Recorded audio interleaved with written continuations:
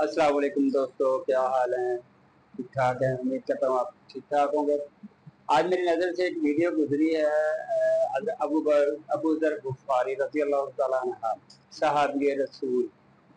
تو میں نے سوچا کیوں نہ آج اس کے اوپر ایک ریئیکشن ویڈیو بنائی جائے تو اور آپ لوگوں کے ساتھ شیئر کی جائے۔ چلیں دیکھتے ہیں ویڈیو اور اپنا ریئیکشن ریکارڈ کرواتے ہیں کہ آپ لوگوں کو کیسی لگتی ہے، مجھے کیسی لگتی ہے۔ بغیر ٹائم ضائع کیے ہم اپنی ویڈیو شروع کرتے ہیں۔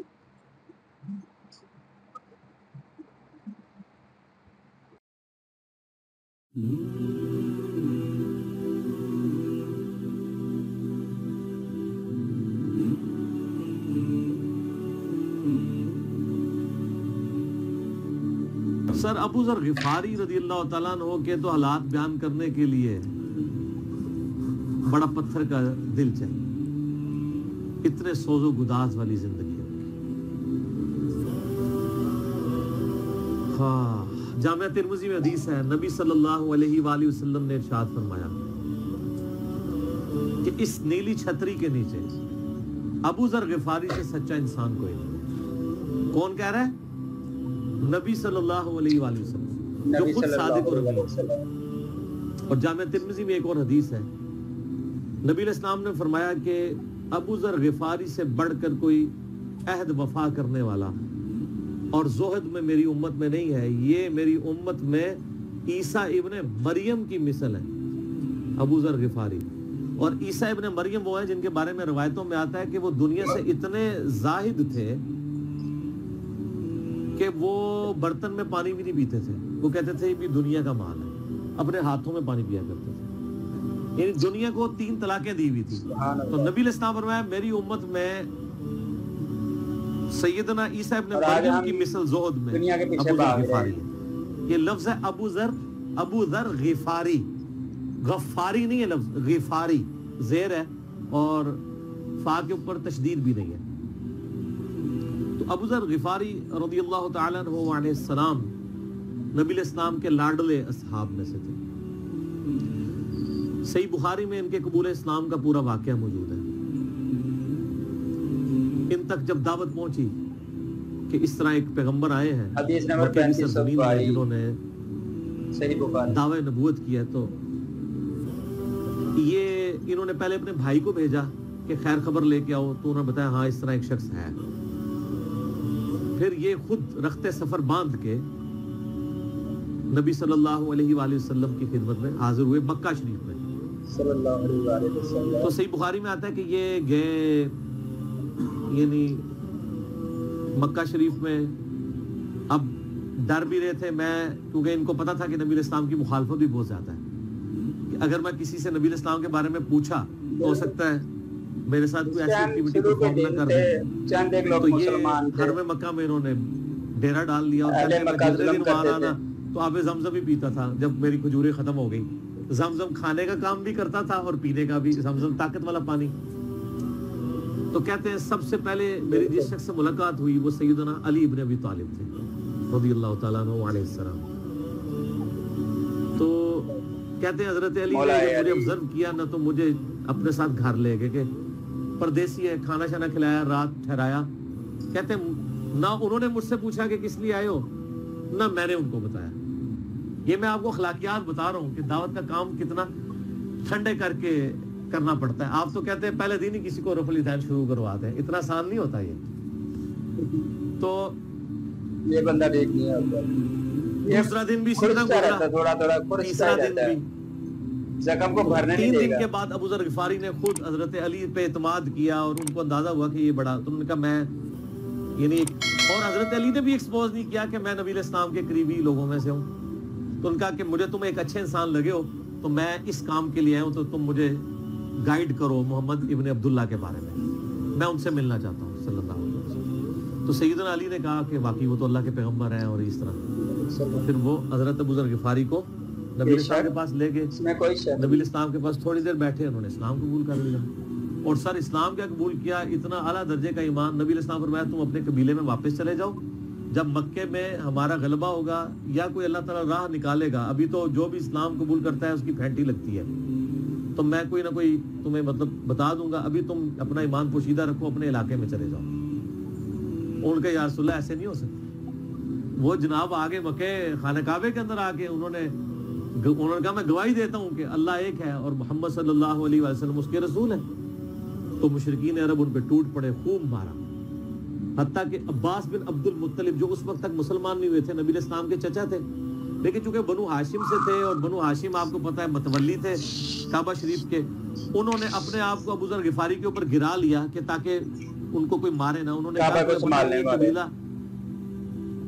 غفاری قبیلے سے تعلق رکھتا ہے تو اس کے قبیلے کے لوگ آ کے یہاں پہ لڑائی کریں گے ہم سے, کیونکہ قبائلی سسٹم تھا نا, اس میں یہ نہیں دیکھا جاتا تھا کہ اس کا مذہب کیا ہے, پہلے نمبر پہ دیکھا جاتا ہے یہ ہمارے قبیلے کا ہے, تم نے ہمارے قبیلے کے بندے کو مارے تمہیں نہیں چھوڑیں گے.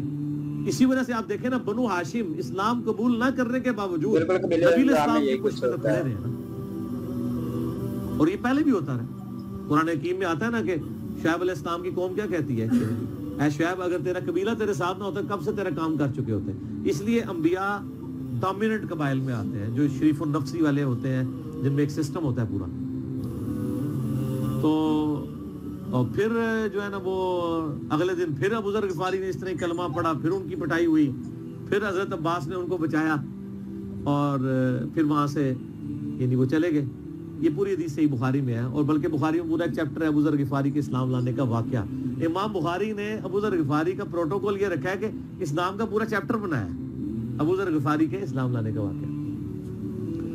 باقی یہ درویش صفت آدمی تھے اور دنیا کو 3 طلاقیں دی ہوئی, اور وہ اس لیے کہ انہوں نے نبی علیہ السلام کو بڑا کلوزلی آبزرو کیا تھا.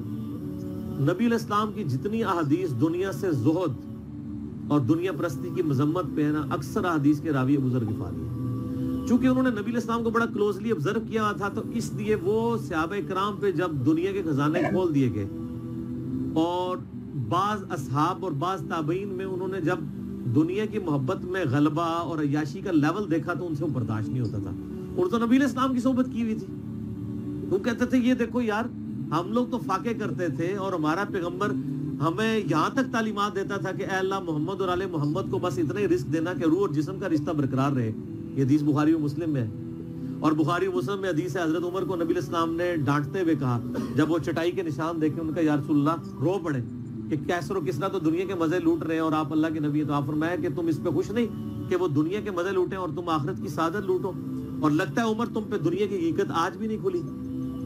جن لوگوں کے سامنے یہ ساری چیزیں تھی, جن لوگوں نے نبی علیہ السلام کا وہ پیریڈ دیکھا تھا, پھر ان کو یہ بھی پتا تھا کہ بخاری و مسلم میں نبی علیہ السلام کے جو آخری خطبات میں سے شہدائے احد کے اوپر جو نماز جنازہ آپ نے 8 سال بعد پڑھی, اور وہاں پہ آپ نے جنازے یعنی ادھر قبرستان میں خطبہ دیا عبرت کے لیے, اور اس میں کئی چیزیں تھی. ایک تو یہ تھی کہ یہ یہاں پہ وہ لوگ دفن ہیں جنہوں نے اسلام کے لیے قربانی دی ہے اور ان کا پھل تم نے کھانا ہے. وہ دنیا سے اسی طریقے سے گئے ہیں, دفن میں نہیں دیا گیا کئی لوگوں کو. نمبر 2, اسی میدان میں مال غنیمت سمیٹنے کی وجہ سے ایک فتح شکست میں بدل گئی تھی, جبکہ اللہ کے نبی بھی موجود تھے, اللہ نے اس کا بھی لحاظ نہیں کیا, اور وہ فتح شکست میں بدل گئی کہ انہوں نے مال غنیمت لپیٹنے میں نبی علیہ السلام کی حکم عدولی کر دی, تو تاکہ بعد میں یہ معاملہ نہ ہو. تو وہاں آپ کا خطبہ بخاری مسلم دونوں میں آپ نے فرمایا کہ, اور حضرت عقبہ ابن عامر کہتے ہیں میں نے آخری دفعہ نبی علیہ السلام کو ممبر پہ اسی دن دیکھا تھا. آپ نے فرمایا کہ میں اللہ کی قسم اپنے حوض کوثر کو اس وقت دیکھ رہا ہوں, اللہ نے دکھا دیا. اور آپ نے فرمایا کہ مجھے یہ خطرہ نہیں ہے کہ تم میرے بعد شرک کرنے لگو, لیکن مجھے ڈر ہے کہ تم دنیا کے مال میں پھنس جاؤ گے اور پھر تم ایک دوسرے کو قتل کرو گے جس طرح اگلی قوموں نے کیا, اور تم بھی تباہ و برباد کر دیے جاؤ گے جس طرح اگلے. اس سے زیادہ کیسے آپ ڈر سناتے ہیں؟ اب یہ ساری چیزیں موجود تھیں. آپ فرمایا مجھے خطرہ یہ ہے کہ دنیا کا مال تم پہ کھول دیا جائے گا, ان قریب کیسر و کسرا کے خزانے تمہارے پاس آ جائیں گے. جو بخاری مسلم میں آتا ہے نا کہ نبی علیہ السلام نے کہا کہ مجھے اللہ نے 2 خزانے عطا کر دیے, ٹھیک ہے, زمین کی خزانوں کی چابیاں, اور جس سے وہ بریلویوں نے کچھ اور ہی عقیدہ بنا لیا. اس میں موجود ہے کہ کیسر و کسرا کے خزانے, یعنی آپ کو بتایا گیا کہ رومن اور پرشین امپائر جو ہے مسلمان فتح کر لیں گے یرموک اور قادسیہ کے اندر, اور مسلمانوں کے پاس وہ دولتیں آ جائیں گی. پھر آہستہ آہستہ وہ بھی اسی دنیا کی محبت کا شکار ہو جائیں گے. اب یہ ساری باتیں حضرت ابو ذر غفاری کے سامنے تھی. حتیٰ کہ صحیح بخاری میں آتا ہے کہ ابو ذر غفاری کہتے ہیں مجھے دن یاد ہے کہ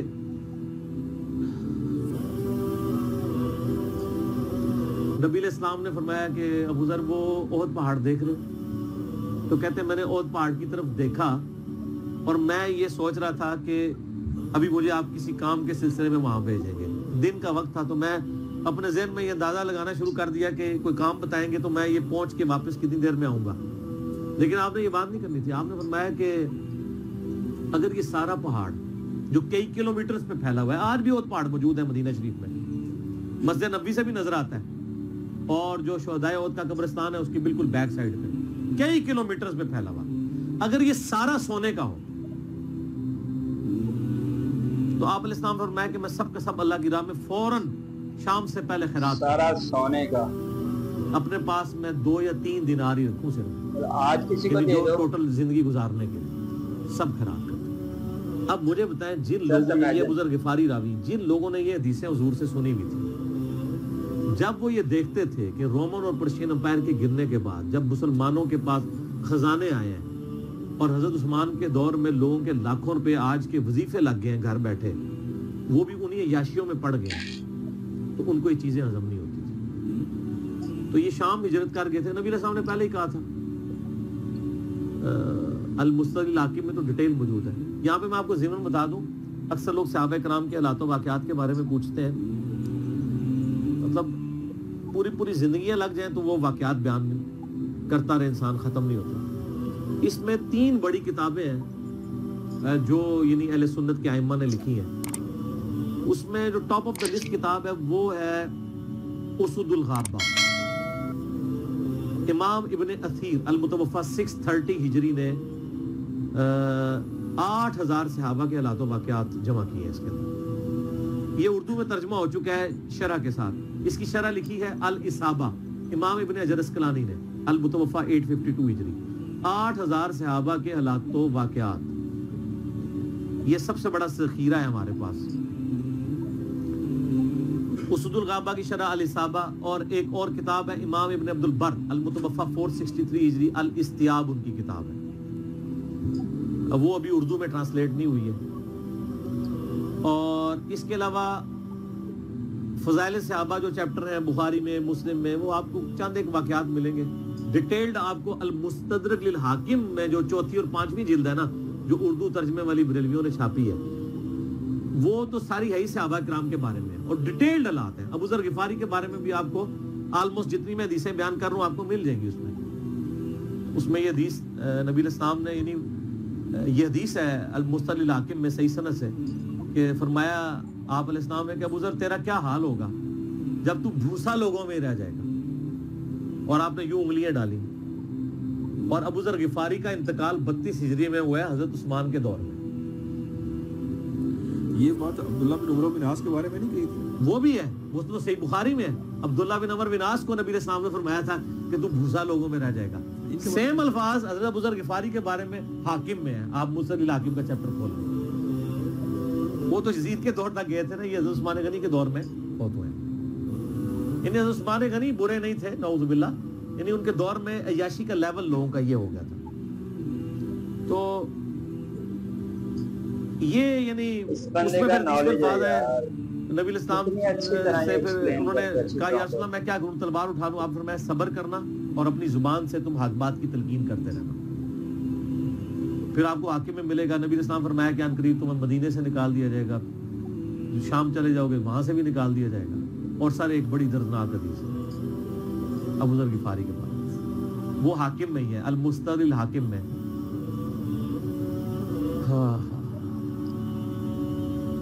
غزوہ تبوک آپ کو پتا ہے ایک ایسا غزوہ تھا جس میں جو شرکت نہیں کرے گا وہ منافق ڈکلیئر ہوگا.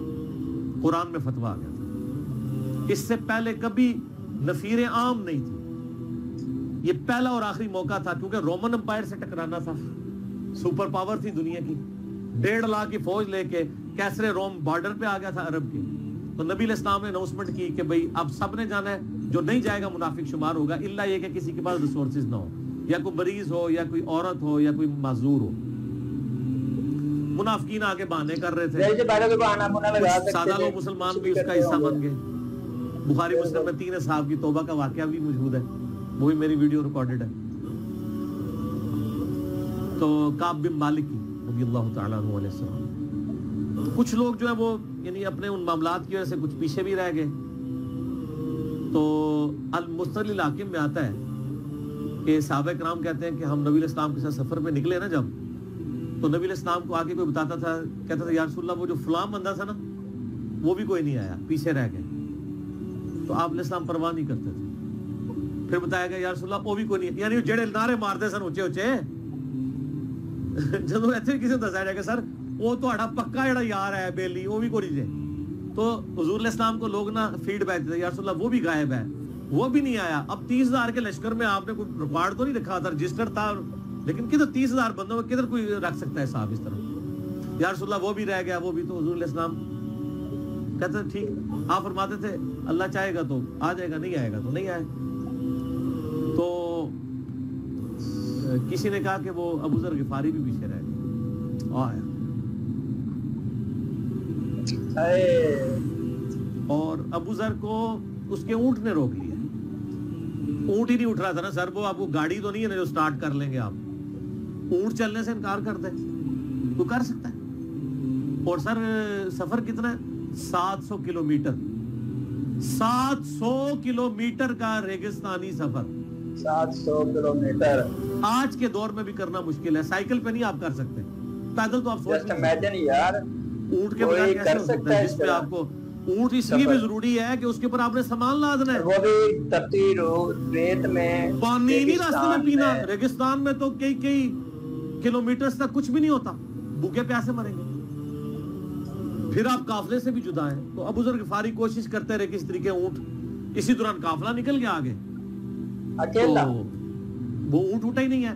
کوئی بندہ نہیں, غفاری نے اپنا سامان اپنی پیٹھ پہ لاد لیا, پیدل چل پڑے ریگستانی سفر. حاکم کی روایت ہے کہ ہم نے دیکھا دور سے ایک اکیلا شخص آ رہا ہے جس کی پیٹھ کے اوپر بورا لدا ہوا ہے.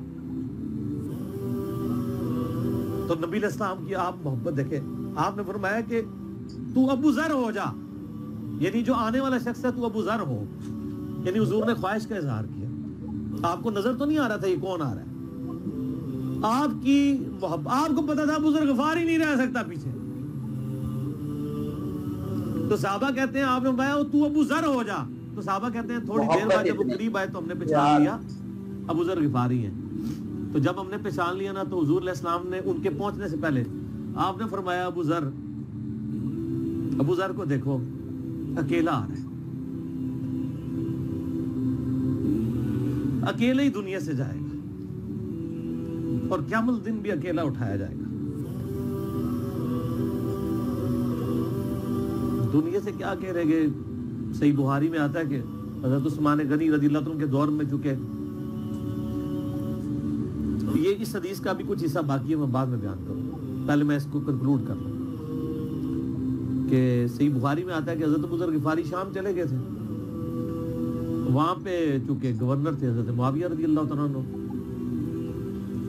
وہ قرآن کی وجہ سورہ توبہ کی آیات ہے نا کہ جو لوگ سونا اور چاندی جوڑ کے رکھتے ہیں یہ گرم کر کے ان کی پیٹھوں پہ ان کے ماتھے کے اوپر لگایا جائے گا قیامت والے دن. تو وہ یہ آیت پڑھا کرتے تھے اور حضرت معاویہ سے ان کا جھگڑا رہتا تھا کہ تم لوگ جو یہ مال جوڑ رہے ہو نا اور یہ اتنے خزانے تم لوگوں نے بنا لیے ہیں, یہ نبی علیہ السلام کی تعلیمات کے خلاف ہے. تو حضرت معاویہ کہتے تھے یہ تو اہل کتاب کے بارے میں آیات نازل ہوئی ہیں, تو وہ کہتے تھے نہیں یہ سب کے بارے میں ہے.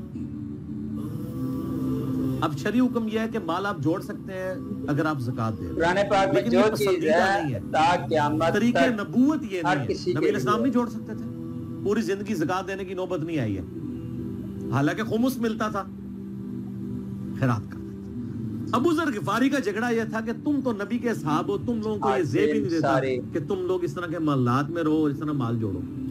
تو اب چونکہ سینئر صحابی تھے ان کو ہاتھ ڈالنا بھی آسان نہیں تھا. پھر نبی علیہ السلام نے فرمایا ہو کہ اس سے زیادہ سچا انسان ہی کوئی نہیں. تو حضرت معاویہ نے خط لکھا حضرت عثمان کو کہ جی اس بندے سے میری جان چھڑائے, اس کو آپ واپس لائیں. حضرت معاویہ نے جب خط لکھا تو عثمان نے ان کو کہا تم مدینہ شریف واپس آئے. مدینہ شریف جب یہ واپس آئے تو صحیح بخاری میں آتا ہے کہ لوگوں کا جھمگٹا لگ گیا ابو ذر غفاری کے گرد. لوگوں کو پتا تھا یہ تو بڑا زہد والا بندہ ہے. تو ابو ذر غفاری وہی حدیثیں سنایا کرتے تھے کہ حضور نے فرمایا یہ پہاڑ سونے کے برابر ہو تو میں خیرات کر دوں گا. جبکہ باقی صاحب کہتے تھے کہ مال جوڑنا جائز ہے اگر زکوٰۃ کوئی دیتا رہے.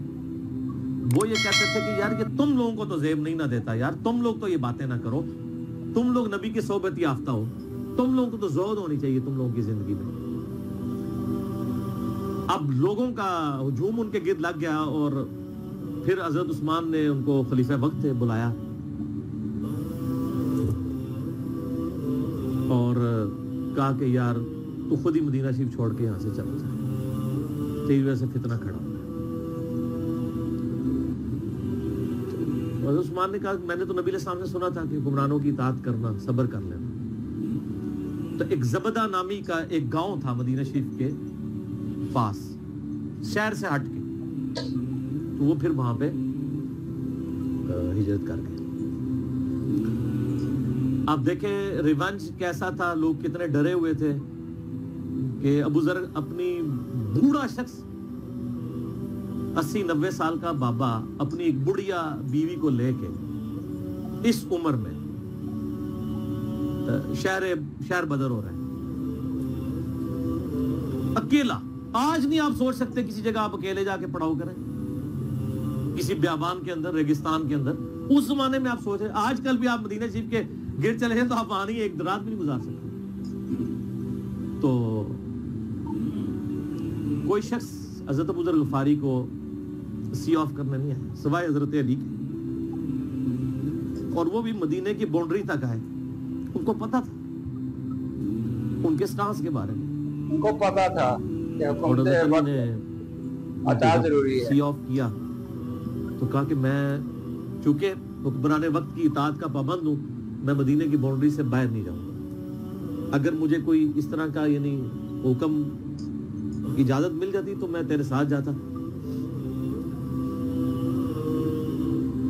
ایران والوں نے حضرت علی علیہ السلام کے زندگی کے آخری 10 سال کے اوپر ایک فلم بنائی ہے, امام علی علیہ السلام. اس میں ابو ذر غفاری کے سارے واقعات انہوں نے فلمائے ہیں. سر دیکھنے والے جب مولا علی چھوڑنے آتے ہیں, پھر جو ان کی ڈیبیٹس ہوتی ہیں مدینہ شریف میں لوگوں کے ساتھ, وہ ساری انہوں نے ویڈیو میں فلما دی. پھر یہ چلے گئے وہاں پہ رہنا شروع ہو گئے. اب اس حدیث کی طرف واپس آ جائیں جو فرمایا آپ علیہ السلام نے اکیلے ہی مرے گا. تو ابو ذر غفاری, اس حاکم کی روایت میں آتا ہے ابو ذر غفاری کی موت کا وقت قریب آ گیا, صرف بیوی ہے پاس. بیوی نے رونا شروع کر دیا کہ حضرت آپ فوت ہو گئے, آپ کو کفن کون دے گا, آپ کو غسل کون دے گا, آپ کو دفنائے گا کون, میں عورت ذات کیا کر سکتی ہوں. حضرت ابو ذر نے کہا کہ نبی علیہ السلام سے میں نے سنا تھا کہ تو اکیلا مرے گا, پھر مسلمانوں کا ایک قافلہ وہاں سے گزرے گا جو تجھے کفن دے کے دفنائے گا اور جنازہ بھی پڑھے گا. تو نے فکر نہیں کرنی, جب میں مر جاؤں تو میری لاش کو چوراہے پہ رکھ دینا, گزرگاہ پہ, جو یعنی مدینہ کی طرف راستہ آتا تھا گاؤں ایریا سے گزر کے. اللہ میرا بندوبست کر دے گا. وہی ہوا کہ ان کے مرنے کے بعد مسلمانوں کا ایک قافلہ دور سے آ رہا تھا. تو اسی مستقل حاکم کی حدیث میں آتا ہے کہ سر قافلہ بھی سنے پھر کون ہے, عبداللہ ابن مسعود. ابو ذر غفاری بھی زہد کے امام, ابن مسعود بھی زہد کے امام, ابو درداء بھی زہد کے امام.